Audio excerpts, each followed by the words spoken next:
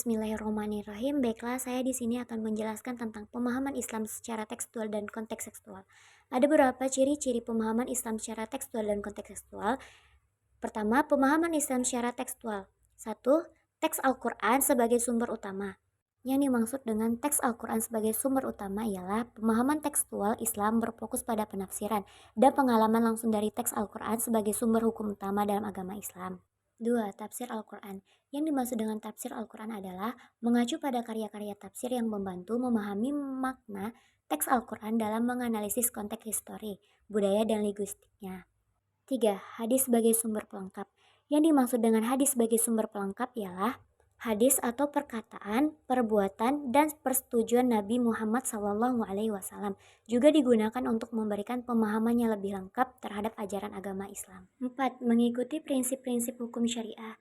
Yang dimaksud tentang mengikuti prinsip-prinsip hukum syariah ialah pemahaman tekstual mengacu pada hukum-hukum syariah yang dijelaskan dalam teks Al-Quran dan hadis.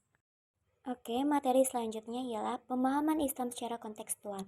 1. Memahami konteks sejarah. Yang dimaksud tentang memahami konteks sejarah ialah pemahaman kontekstual mencoba memahami ajaran Islam dengan mempertimbangkan konteks histori dan sosial di mana Al-Quran dan hadis diungkapkan. Yang mana biasanya melibatkan penelitian tentang budaya, kebiasaan, dan kondisi saat ini. 2. Berlaku relevasi.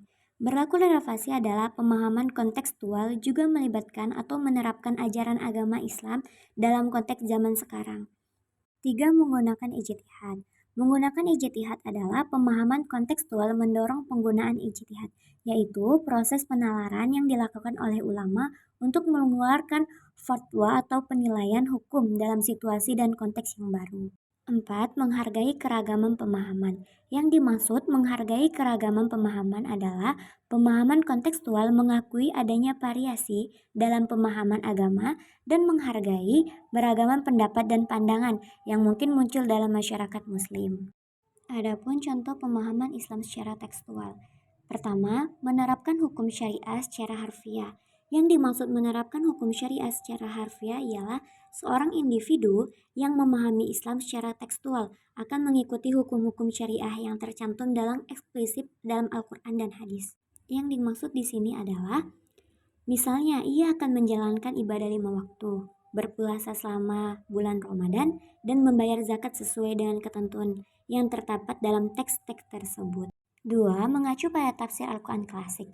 Yang dimaksud dengan mengacu pada tafsir Al-Quran klasik adalah seseorang yang memahami Islam secara tekstual akan menggunakan tafsir klasik untuk memahami dan mengartikan teks Al-Quran. Dan mereka akan merujuk kepada karya-karya seperti tafsir Ibnu Katsir, tafsir Al-Tabari, atau tafsir Al-Jalalain untuk memperoleh pemahaman tentang ayat-ayat Al-Quran. Dan ada pula contoh pemahaman Islam secara kontekstual. Yang pertama, menerapkan prinsip-prinsip universal dalam Islam. Yang dimaksud dengan menerapkan prinsip-prinsip universal dalam Islam adalah seseorang individu yang memahami Islam secara kontekstual akan memahami bahwa ajaran agama Islam bersifat universal dan dapat diaplikasikan dalam berbagai konteks zaman dan tempat. Misalnya, mereka akan melihat bahwa pesan kesetaraan, keadilan, dan kasih sayang dalam Islam itu berlaku untuk semua masyarakat, tidak terbatas pada konteks sejarah tertentu. 2. Menafsirkan ayat Al-Quran dengan mempertimbangkan konteks histori. Yang dimaksud dalam menafsirkan ayat Al-Quran dengan mempertimbangkan konteks histori adalah pemahaman kontekstual memungkinkan seseorang untuk memahami ayat Al-Quran dengan mempertimbangkan konteks histori saat ayat tersebut diungkapkan. Misalnya, dalam memahami ayat tentang perang dalam Al-Quran, mereka akan mempertimbangkan konteks perang pada zaman Nabi Muhammad SAW, termasuk alasan, aturan, dan batas yang berlaku pada saat itu. 3. Menggunakan ijtihad untuk menghadapi isu kontemporer. Yang dimaksud dengan menggunakan ijtihad untuk menghadapi isu kontemporer adalah pemahaman kontekstual mendorong individu muslim untuk menggunakan ijtihad dalam memecahkan isu-isu kontemporer yang secara tidak langsung diatur dalam teks-teks Islam. Misalnya, dalam menghadapi isu teknologi seperti kloning manusia atau keuangan modern, seperti perdagangan saham, mereka akan menggunakan prinsip-prinsip Islam yang ada dan mempertimbangkan dampak dan relevansi dalam konteks saat ini.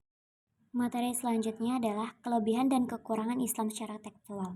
Kelebihan Islam secara tekstual yang pertama adalah kekuatan pada otoritas teks. Yang dimaksud dengan kekuatan pada otoritas teks ialah pendekatan tekstual memberikan kekuatan pada otoritas teks Al-Quran dan hadis sebagai sumber hukum utama dalam Islam.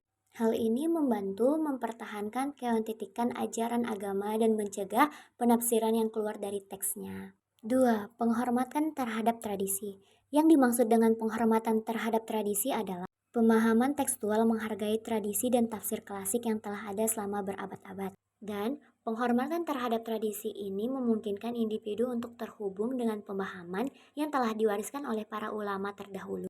Dan ada pula kekurangan Islam secara tekstual. Yang pertama, tidak mempertimbangkan perubahan zaman. Yang dimaksud dengan tidak mempertimbangkan perubahan zaman ialah pemahaman tekstual mungkin kurang responsif terhadap perubahan sosial, budaya, dan konteks zaman. Hal ini menyebabkan ketidakmampuan untuk menghadapi isu-isu kontemporer yang tidak secara langsung diatur dalam teks-teks Islam. 2. Kemungkinan mengabaikan aspek otoritas. Yang dimaksud dengan kemungkinan mengabaikan aspek otoritas adalah terlalu berfokus pada konteks dan interpretasi individu dapat mengabaikan otoritas teks Al-Quran dan hadis. Hal ini dapat menyebabkan keraguan terhadap ajaran yang telah mapan dan diterima secara luas dalam tradisi Islam.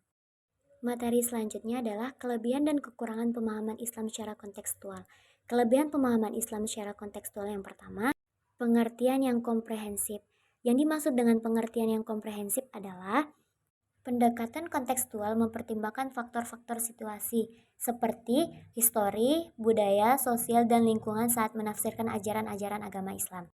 Dan ini memungkinkan pemahaman yang lebih lengkap dan relevan dalam konteks zaman sekarang. 2. Fleksibilitas. Yang dimaksud dengan fleksibilitas adalah pemahaman kontekstual yang memungkinkan penyesuaian dengan perubahan zaman dan kebutuhan masyarakat. Dan ini memungkinkan Islam untuk terus relevan dan memberikan bimbingan dalam berbagai situasi kehidupan. 3. Meminimalkan kesalahan penafsiran. Yang dimaksud dengan meminimalkan kesalahan penafsiran adalah dengan mempertimbangkan konteks yang luas. Pendapat ini dapat mencegah kesalahan penafsiran atau pemahaman yang sempit terhadap ajaran-ajaran agama Islam. Selanjutnya adalah kekurangan pemahaman Islam secara kontekstual. Yang pertama adalah subjektivitas. Yang dimaksud dengan subjektivitas adalah pemahaman Islam secara kontekstual dapat melibatkan subjektivitas dalam penafsiran ajaran-ajaran agama Islam. Berbagai pemahaman kontekstual yang berbeda dapat muncul dari interpretasi individu atau kelompok yang mungkin membingungkan atau bahkan bertentangan satu sama lain. 2. Potensi distorsi. Yang dimaksud dengan potensi distorsi adalah ada risiko bahwa pemahaman kontekstual yang tidak tepat atau keliru dapat mengarah pada distorsi ajaran agama Islam. 3. Kurangnya ketertarikan pada sumber-sumber tradisional. Yang dimaksud pada kurangnya ketertarikan pada sumber-sumber tradisional adalah dalam pemahaman kontekstual, ada kemungkinan kurangnya ketertarikan pada sumber-sumber tradisional seperti tafsir klasik atau hadis yang dianggap penting dalam pemahaman Islam yang lebih ortodoks. Hal ini dapat mengarah pada penolakan atau penyelewengan terhadap interpretasi tradisional yang dianggap oleh beberapa orang sebagai otoritas. Mungkin cukup di sini materi yang saya berikan. Wabillahi taufik wal hidayah. Wassalamualaikum warahmatullahi wabarakatuh. Terima kasih.